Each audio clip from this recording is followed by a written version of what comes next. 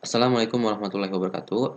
Saya Jadila Fiudin dari Politeknik TDC, jurusan Kimia Industri. Kami Natasha di sini Mayati, akan mahasiswi D3 Politeknik TDC Bandung, Prodi Teknik Kimia Industri. kami di sini akan mempresentasikan tentang pengenalan alat dan kesehatan keselamatan kerja di laboratorium. Langsung saja mulai dengan pengenalan alat. Dalam pengenalan alat ini, alat-alat yang digunakan dalam lab dapat berupa gelas, dapat berupa keramik, dan dapat juga berupa kayu. Yang saya akan jelaskan kali ini ada yang pertama yaitu alat gelas, yaitu yang pertama labu ukur. Labu ukur ini berguna untuk mereaksikan larutan. Caranya atau mengencerkan suatu larutan. Caranya dengan dikocok-kocok dengan menggunakan tangan agar dinding dari larutan ini dapat bereaksi sempurna. Dan labu ukur ini ada batasnya juga di sini sekitar ada di lehernya. Kalau cara pembersihannya dengan dicuci menggunakan busa dan sikat plastik yang halus sehingga tidak merusak peralatan gelas tersebut. Yang kedua, ada gelas kimia. Gelas kimia ini biasanya digunakan untuk tempat menyimpan larutan, memanaskan, atau mereaksikan suatu zat.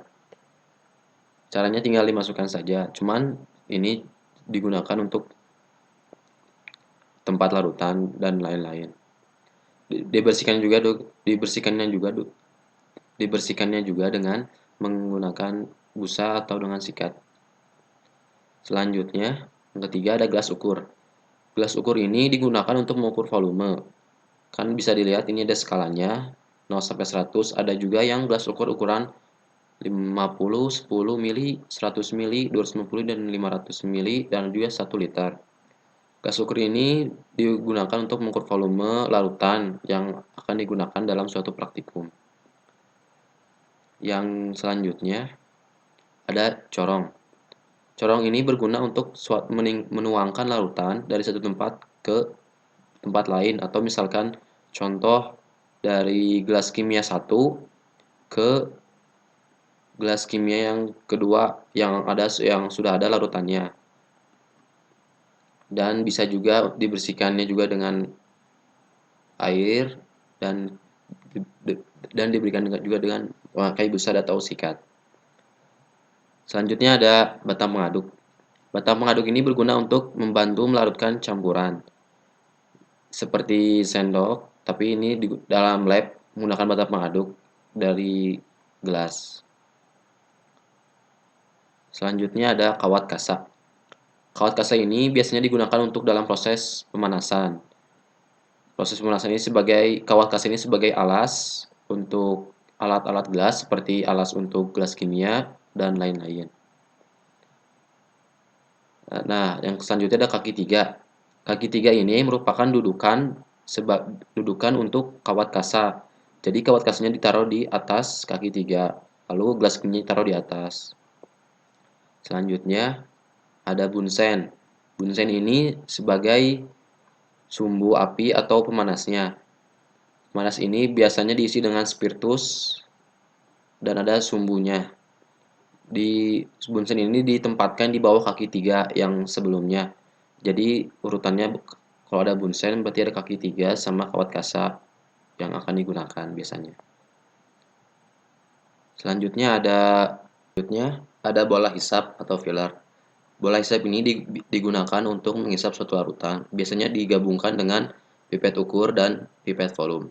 Di sini ada tulisan biasanya ada A, S, E. A ini berguna untuk mengempiskan bola hisap ini, lalu S ini berguna untuk menyedot suatu larutan. Jadi ini akan kembali lagi menggembung. Selanjutnya ada pipet ukur. Pipet ukur ini berguna untuk mengukur larutan. Biasanya ada ukuran 5 mili, 10 mili, dan di sini itu ada skalanya. Dan di ujungnya ini biasanya dipasangkan dengan bola hisap yang sebelumnya. Selanjutnya ada juga pipet volume. Pipet volume ini berguna untuk mengukur suatu larutan juga. Namun, bedanya dengan pipet ukur yang tadi, Pipet volume ini hanya ada menggelembung atau tidak ada skalanya. Namun ada batasnya atau garis dalam pipet tersebut. Selanjutnya ada tabung reaksi. Tabung reaksi ini biasanya digunakan untuk percobaan atau uji coba. Biasanya dibersihkan terlebih dahulu lalu dimasukkan sampel atau bahan yang akan diuji cobakan. Lalu setelah itu dibersihkan menggunakan sikat atau sabun yang halus agar tidak merusak tabung reaksinya. Setelah itu ada tempat tabung reaksi. Tempat tabung reaksi ini biasanya digunakan untuk sebagai penyimpanan tabung reaksi dan dimasukkan dalam lubang-lubang ini agar tidak sembarangan nyimpannya.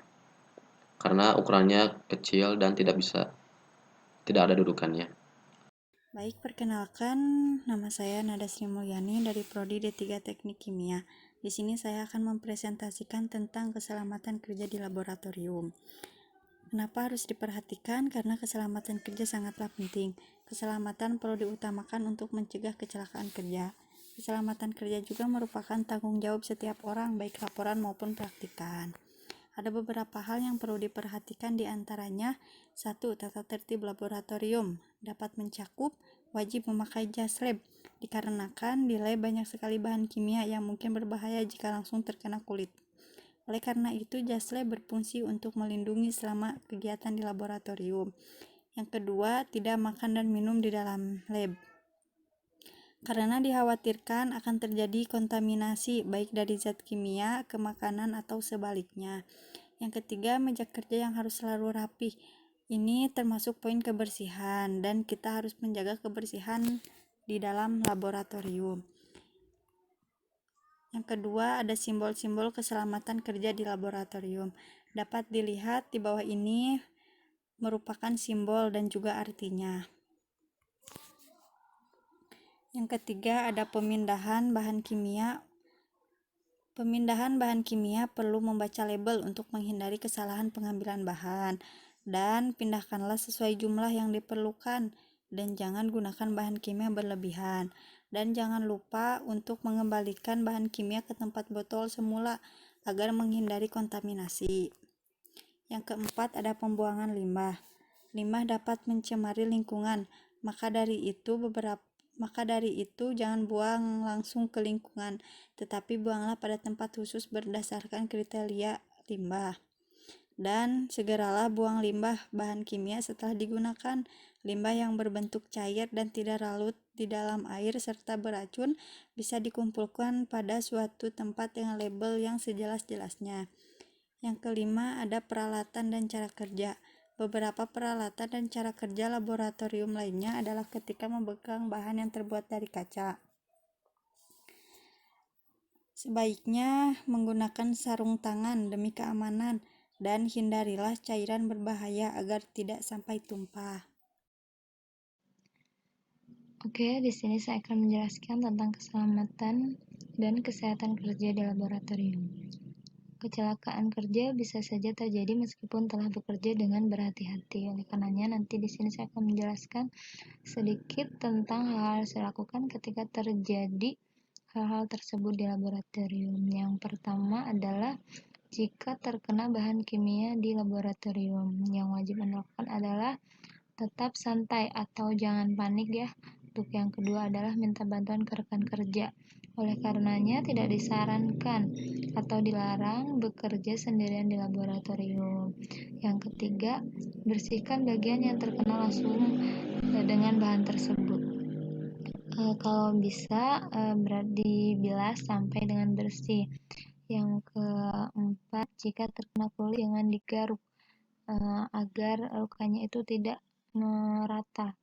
Yang keempat, bawa keluar korban agar banyak menghirup udara. Jadi jika terjadi kecelakaan di laboratorium, segera bawa keluar korban agar bisa menghirup oksigen lebih banyak. Yang keenam, jika mengkhawatirkan segera hubungi paramedik. Ini sudah jelas ya. Jadi jika memang kecelakaan kerja yang terjadi di laboratorium itu mengkhawatirkan korban, maka segera hubungi paramedik. Untuk selanjutnya, Nih, jika terjadi kebakaran di laboratorium, karena di laboratorium kimia yang telah kita ketahui semuanya banyak bahan-bahan yang sudah terbakar. Yang pertama, jika terjadi kebakaran itu, hal yang harus dilakukan adalah satu, jangan panik, tetap santai. Terus yang kedua adalah segera bunyikan alarm tanda bahaya. Biasanya di laboratorium itu selalu ada ya alarm untuk dibunyikan tanda bahaya. Terus yang ketiga, identifikasi bahan yang terbakar. Kelas A, B, atau C padamkan dengan kelas pemadam yang sesuai. Contoh kebakaran kelas B, bensin, minyak tanah, dan lain-lain. Tidak boleh disiram dengan air. Yang keempat, hindari menghirup asap secara langsung. Jadi, jika terjadi kebakaran di laboratorium, usahakan menggunakan masker atau tutup hidung dengan sapu tangan atau kain ya. Yang kelima, tutup pintu untuk menghambat api membesar dengan cepat. Jadi jika terjadi kebakaran di laboratorium, segera tutup pintu agar apinya tidak membesar. Terus yang keempat, cari bantuan pemadam kebakaran. Jelas ya. Jadi oleh karenanya itu di dalam laboratorium itu wajib tercantum nomor pemadam kebakaran. Untuk selanjutnya, kombinasi bahan yang harus dihindari ya. Jadi ada beberapa bahan di sini yang harus dihindari jika terjadi kebakaran tadi di laboratorium. Yang pertama, natrium atau kalium dengan air. Yang kedua, amonium nitrat, serbuk seng dengan air. Yang ketiga, kalium nitrat dengan natrium asetat. Yang keempat, nitrat dengan ester. Yang kelima, peroksida dengan magnesium, seng atau aluminium. Yang terakhir, benzena atau alkohol dengan api, karena ini mudah terbakar ya. Terus yang terakhir, gas-gas berbahaya di laboratorium ya. Itu ada 3 macam. Yang pertama bersifat iritasi, yang kedua karbon monoksida, yang ketiga hidrogen sianida atau berbau seperti almon.